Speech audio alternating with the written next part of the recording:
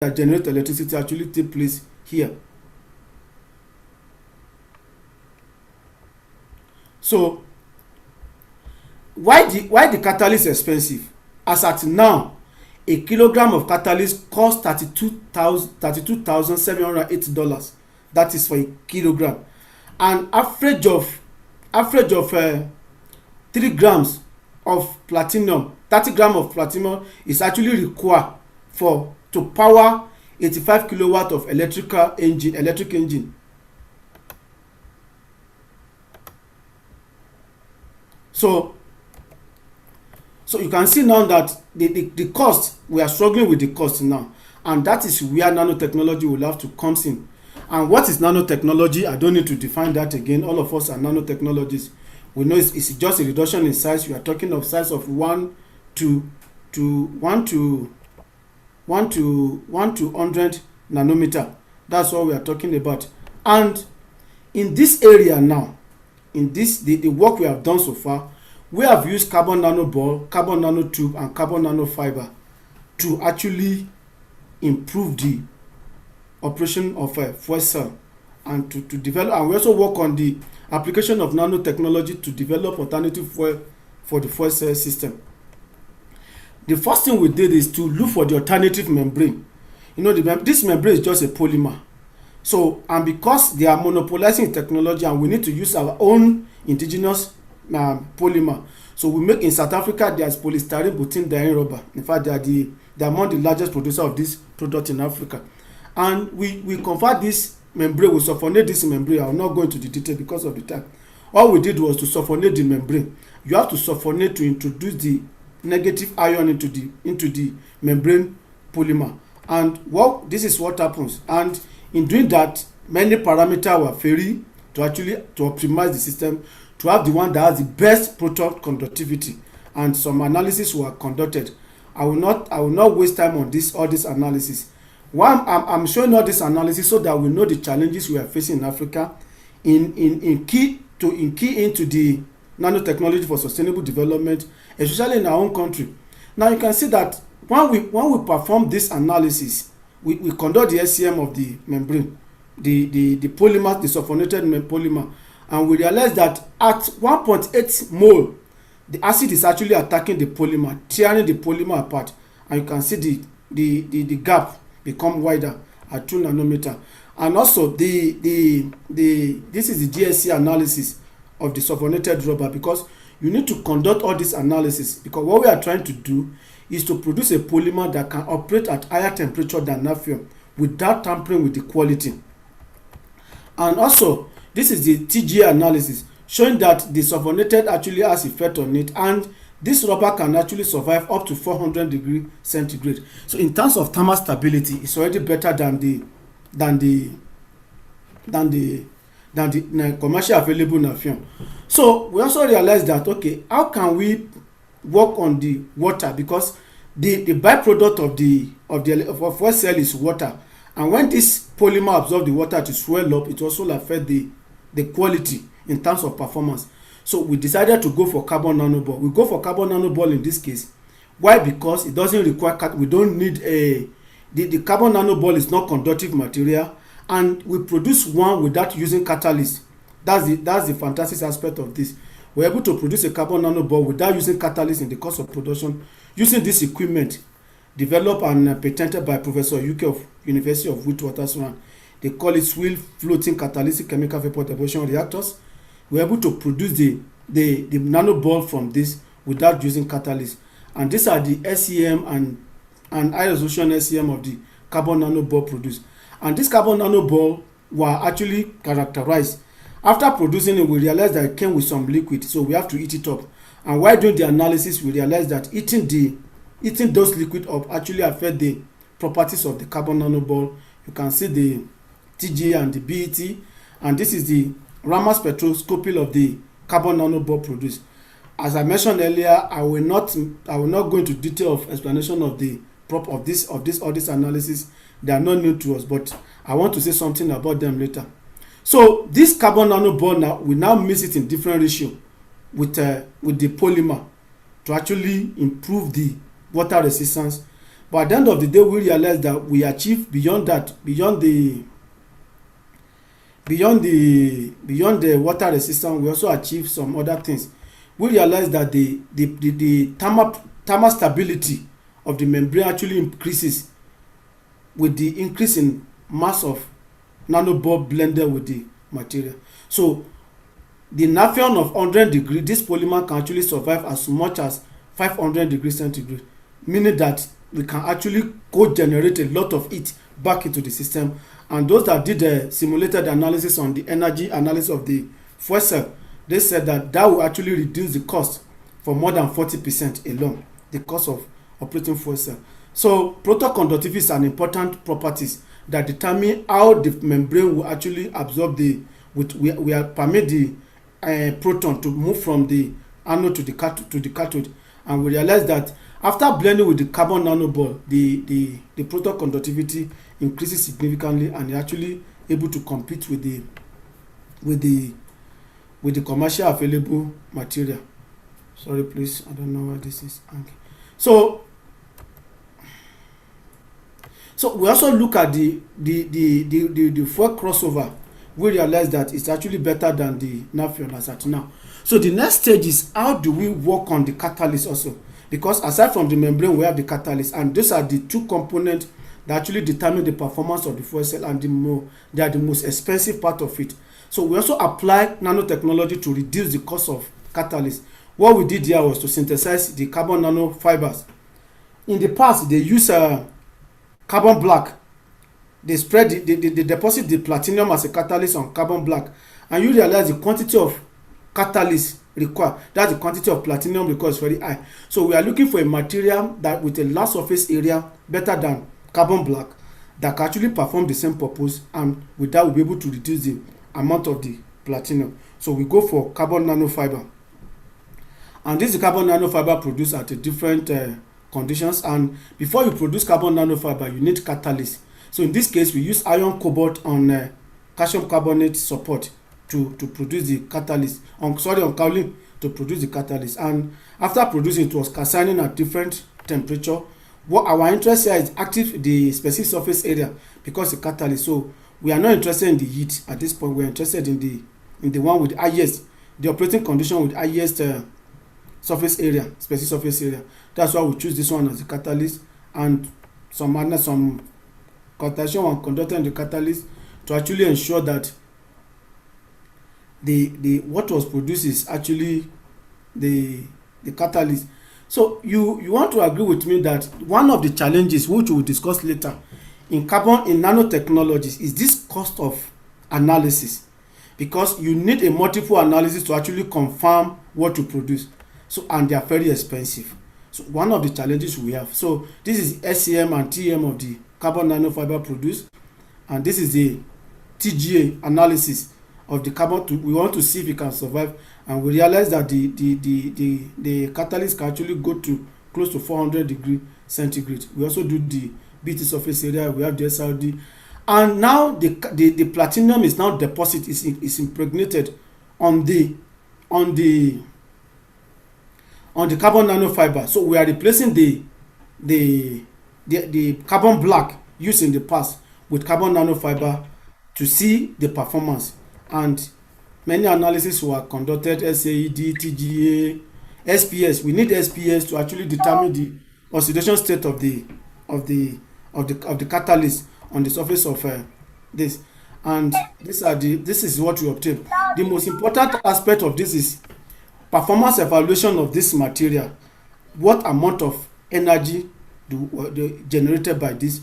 And we realize that the power density and the voltage generated when you blended the membrane blended with carbon nanoball actually perform better than the Nafion, which is commercial quantity. And we also realize that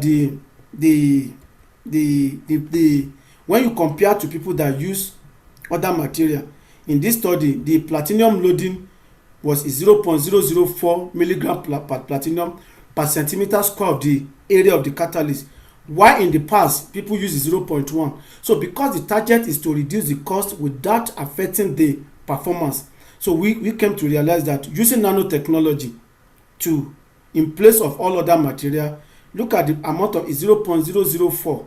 Even the list we have here is 0.038, but this one is talking about 0.004 of catalyst. And people that did the energy analysis of it, they said this also, in all, this membrane and catalyst using nanotechnology able to reduce, they did the energy and the cost and the economic analysis using this technology. They came to conclusion that nanotechnology is able to reduce the price drastically, the cost of production of fuel cell, for about 65 to 75%, which we consider as a good result. What are the challenges now?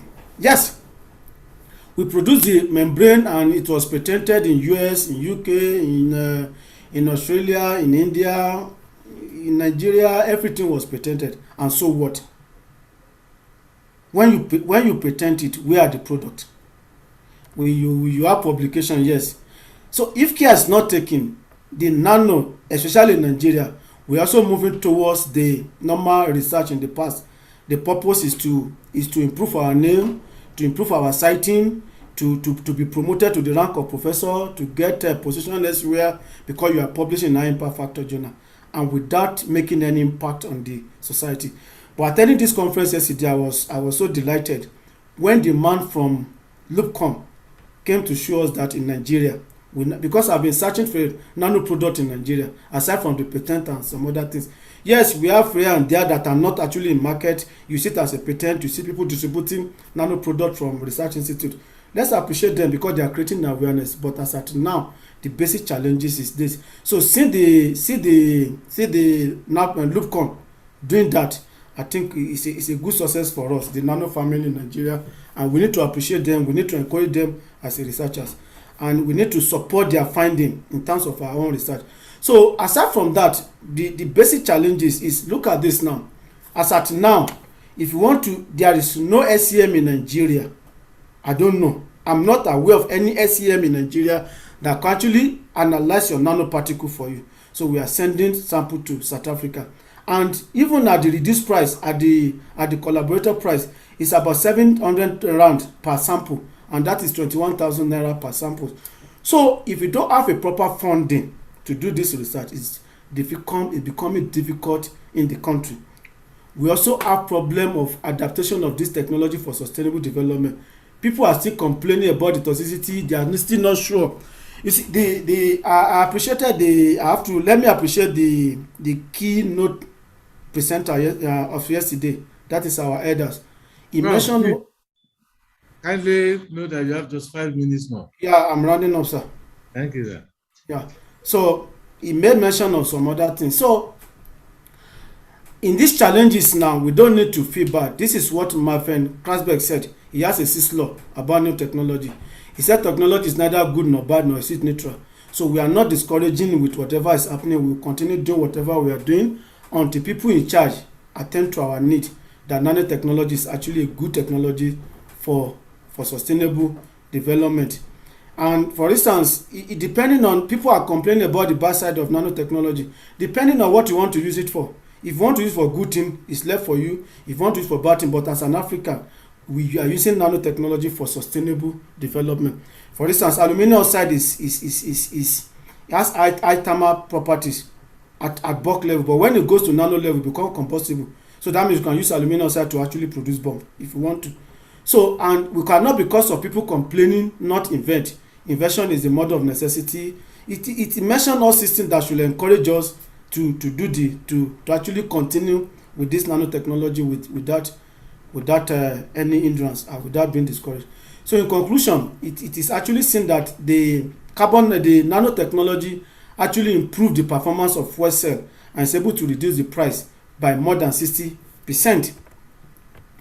Also, if you adopt nanotechnology for sustainable development, it will help us to address the challenges of alternative energy development in Nigeria. Like we have a work where we produce a biofuel, and this biofuel was actually blended with carbon nanotube.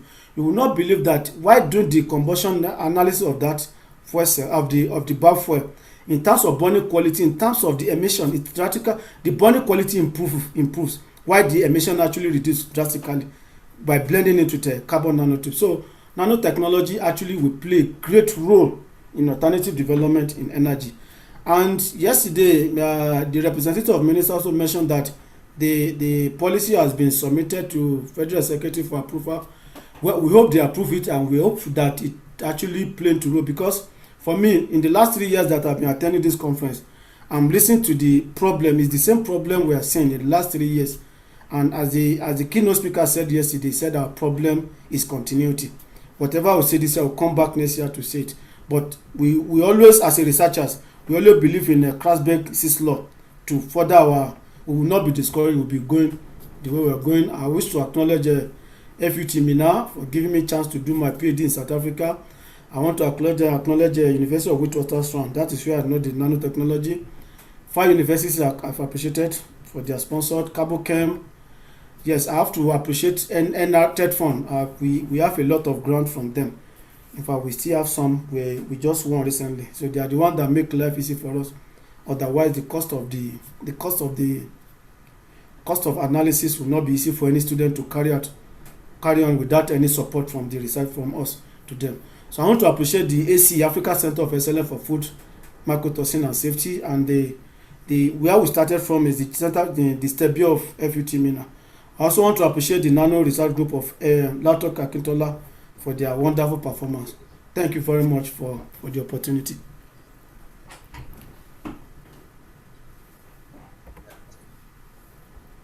Yeah, thank you very much, Professor Abdulkarim. Let's appreciate you, please. Thank you, sir. That was a very beautiful paper and well delivered too. We really thank you and we appreciate you for the presentation. Thank you, sir. Now we'll take the second paper before the questions, or we'll take questions now. First, we'll go for comments and observations. Okay, sir.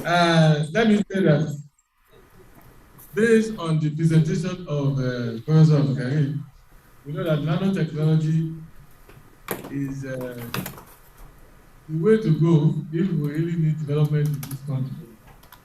Because if we look at the discussion at the beginning, wherein the reduction in cost was able to get up to 60% reduction in cost by considering just an element in the battery. You can see that if you go through this line, most of the other expenses that we are saying is delayed or is costing us profit, we can subtract them and get it done. And we'll be able to have beautiful development in our country. So I want to thank you.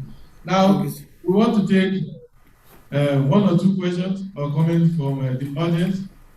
Please signify by raising up your hand if you want to contribute so that we get to you.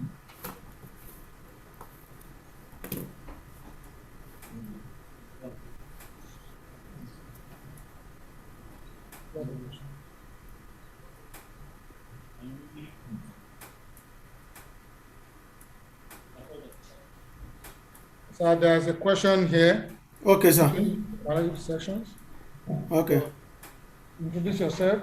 And, Good morning. Yes, Amadou Samuel is my name. Okay, sir. I'm a PhD student of microbiology from Babcock University, Illusion Remo State. Thank you, sir, for your presentation. Thank you, sir. My question is on the area of the acceptance of nanotechnology, especially the product, and then even as a new technology in our country, Nigeria. Since you had your doctoral program in South Africa, comparing the situation here in Nigeria and that of South Africa, what can you say in the area of acceptance? For instance, like our own country is trying to put some policies on ground before the acceptance to the implementation of the acceptance. Like that of South Africa, do we have the same challenge over there? Thank you, sir. Thank you.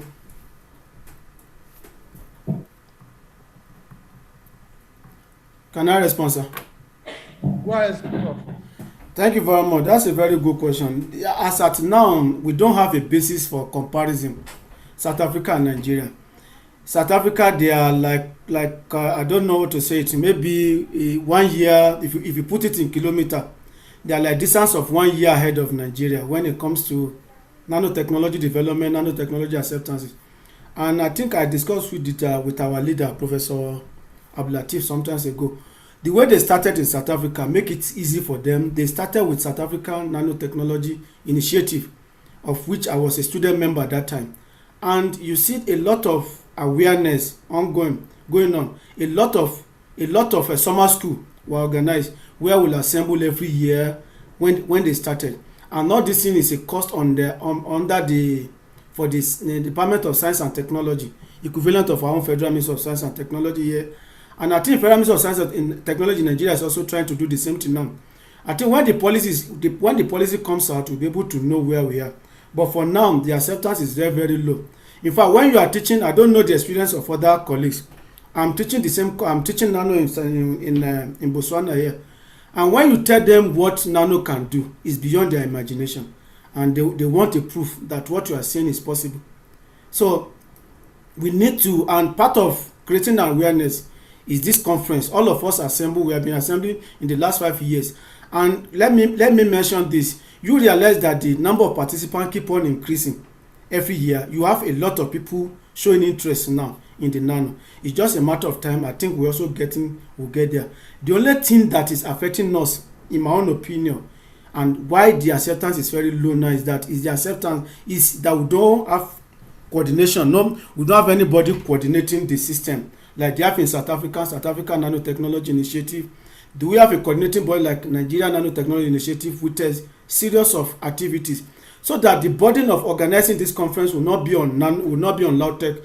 For instance, if you give Lautech 20 million to organize a conference, they can go out, they can invite they can invite different people to come just to create awareness. But I know what they pass through to organize this conference, so we still rely on our policy maker so that we'll be able to compete with the South Africa. But for now, the level of acceptance in South Africa is far ahead of Nigeria. Thank you very much. Thank you very much, Prof. Thank you, sir. I appreciate you for that. Thank you, sir. Now, any other question? If not, I just want to say that based on what you have discussed, I think we need to do more in the area of funding. Yes. So that if we have enough funds, especially when it comes to equipment for characterization. Honestly. And I want to suggest that if there's a way we could have a center of excellence for nanotechnology, in which the basic characteristic equipment will be at that center, and people can come from all over the country for analysis. And if there is enough money, we will put them into zones or into political zones. I think that will go a long way to assist us. I agree with you, sir. For that note, I want to thank you very much for your time and for the lecture. Thanks for the opportunity. Thank you, sir.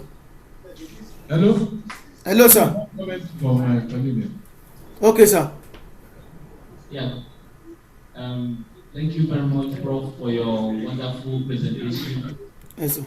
My name is Akim from Chemical Engineering. I know you know me. Okay. Dr. Arikola from Chemical Engineering. Thank Okay. you very much, Prof. Thank you, sir. Luckily and good enough, you are now in Botswana, teaching or doing what you know how to do as nanotechnology. Thank you, sir. Can you just share your experience in terms of the readiness of Botswana in taking this important technology vis-a-vis Nigeria? See, as I mentioned earlier, the good thing about Southern Africa, they work as a region. Whatever the whole team may start from South Africa, but before you know it will spread around all the SADC country, all the Southern African country also, and they have a partnership. What happened now is that, like the school I'm doing my sabbatical presently is a very young school, but the facility they have, I don't think the oldest university in Nigeria can boast of that. So what is helping them is that the free movement from Botswana to South Africa, for instance, for research. So they do whatever they want to do here. They do analysis. They have SEM. They have some other minor equipment here. But it's not a problem for them to go to South Africa to do the detailed analysis. So most of these SADC countries, they actually depend on South Africa to grow. And I think that is missing in our own West African system. The synergy between Nigeria and Ghana is not there, not to talk of Niger, Benin Republic, and so on and so forth. So the only thing, what I can say about the Botswana here is that they actually rely on South Africa for most of their technology development, especially in the area of nanotechnology. So most of the students here, PhD master working on nano, they will do their synthesis here, they will do some analysis they can do here, then they will go to South Africa to spend like 6 months, 1 year to finish their PhD. That's what they are, and it's working for them. So we also need to work on that. But they say charity begins at home. We need to start from Nigeria, as Prof suggested. We have been saying that we are not competing. Let's have a center of excellence anywhere. If you want to locate in Ogbomoso, I don't have Lautech. I don't have problem with that. It's better for me to travel to Lautech, see the analysis, than posting my sample to South Africa.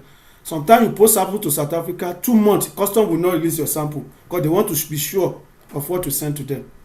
So we don't need to waste time on this. I think they are far ahead of us also. That's the summary. Thank you, sir. Thank you, Prof. Once Thank you, again, sir. we appreciate you. Thank Thank you you, very much. thank you, sir. I Thank think you, sir. we have a question here for Prof. Okay, all right, Prof. So we are going to for breakout section now. So I'm going to create 2 rooms for us, the engineering. There's a question for Prof. That's a question for Prof. Hello. Hello, sir. Prof, with water strand, that's why you have your PhD. Yes, sir. And with my experience, it's very, very difficult for a black guy or even the foreigner to navigate themselves and complete their program. How are you able to do that as a doctoral student? That's one. Second one, Sorry, sir. I can't hear you clearly, sir. How do I navigate to do what? to complete your program as a In which- doctoral. Yes. In which water surround? Yes. Okay. And the second question is somebody asking is the exchange program. The exchange program Okay. for students. You have Okay. opportunity that here can go to South Africa. Do you have any exchange program for students from Nigeria that will have opportunity to have their study in South Africa? Your assistance is needed. Thank you very much, sir. On the first question, to navigate in VET to finish PhD, I think it's those South African country. If you really, it's the choice is yours. Either you want to finish or you don't want to finish your program. If you look at their certificate, they just write PhD. They don't put any program, and they believe it, the onus is on you. What is not available in chemistry, you can get it in biochemistry. You can get, so before you start the program at all, you have to move around, list all the equipment you need. You realize everything is available in that school, and you have to move around at no cost to you. They are ready to help you. And I don't think, when I was there anyway, we are about 30 Nigerians or 25 or 35 there. I don't think that we have anybody that didn't complete his program. I stand to be corrected, because the funding is there. You are not paying. It's a very good system. As a PhD student, I'm not paying school fees, I'm not paying accommodation. I'm also on a monthly stipend to feed myself. So what would I say is wrong with me? The monthly stipend is actually more than my equivalent of my salary as lecturer one in Nigeria. But also, I need to tell you that some of our guys, when there are a lot of distraction in South Africa. For those that have visited the place, they will know what I'm saying. And some of our guys also got distracted and they work with time. Anything after 4 years, even before that time, they will tell you to go. That is the problem. On the exchange program, yes, some of my students, they visited the place based on the third fund sponsored, and all we do that time was to get in touch with one of our colleagues there. He will give us a letter, then we pay for the bench fee and some other things, then we go there to use their facility. But this advent of COVID-19, I think there was an embargo on it. Unfortunately, I discussed with him about 2 weeks ago. He said they are waiting for December when government will lift the embargo completely. Otherwise, if you pick them, even if you pick any of their email and you tell them you want to come for bench work and you are able to pay for certain things, they will host you. They are also responsible for some things. But what their funding is not allowed is for them to pay your bench fee. So in most cases, we rely on some sponsored. like this exchange program by TED Fund or something. So we rely on them to do that. That's the only way. I think immediately they open up, I will resume the discussion with him, and I will get back to Professor Abdulatif to give the detail of the person to Professor Abdulatif, so that we can do any exchange.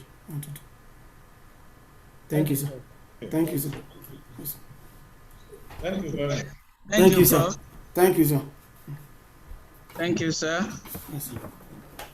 So now we are going to break into two sections, the physical and engineering, as well as biomedical.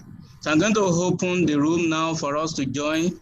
So we can join any of the two rooms that is relevant to us. So now the room is open now. We can migrate to either physical or biomedical just for 2 to 3 minutes, and then we'll continue.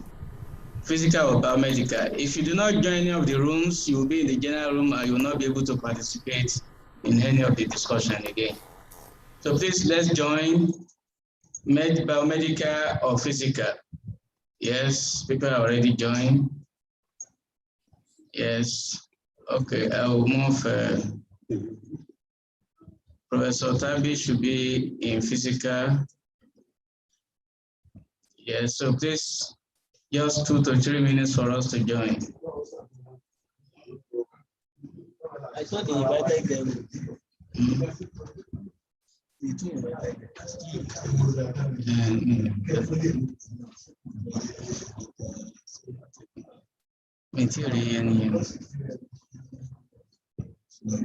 Dr. Osama Dawish. Osama Dawish. Professor Latif.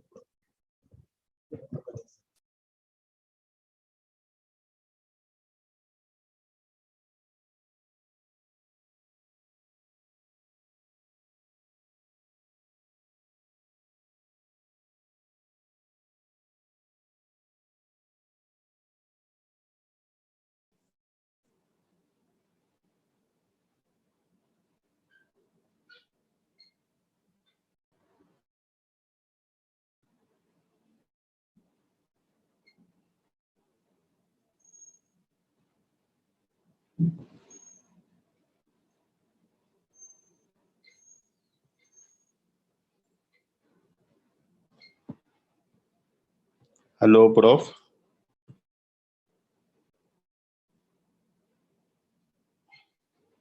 Hello, Prof. How are you? I am Dr. Osama Darwish. Okay. All right, sir. You're welcome, sir. Yes. I am ready to present my lecture. Okay, okay. Yes. In biomedical, right? Yes, yes.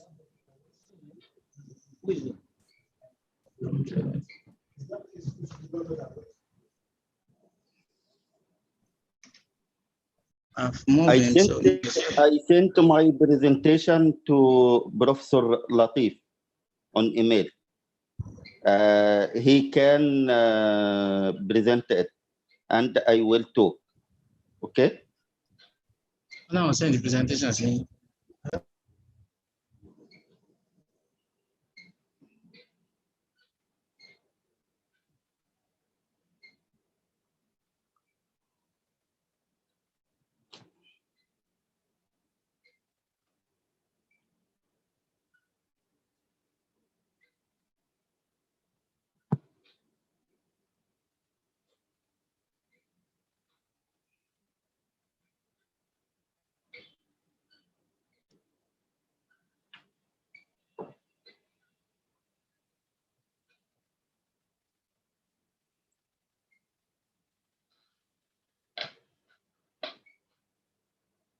Yes, sir.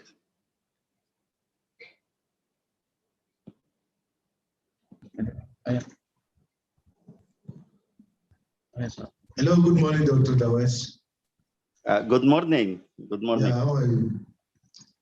Fine, fine. And you and all Nigerian people. Yeah, we thank you. Please, you have to join we are moving you to biomedical group where you are going to make your presentation. Can you please make your settings there to join biomedical group?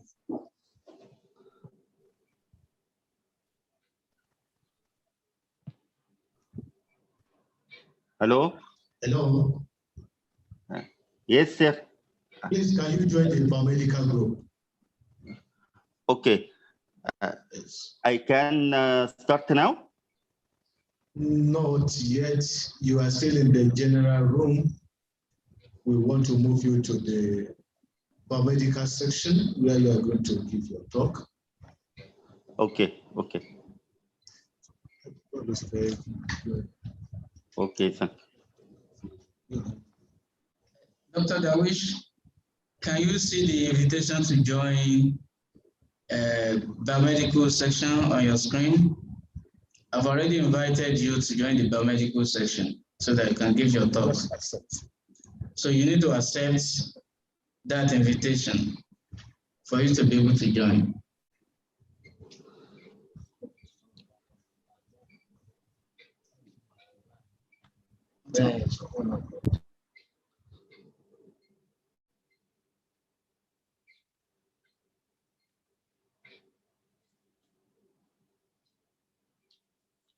Sorry, my sir, because the internet is not good. Yes.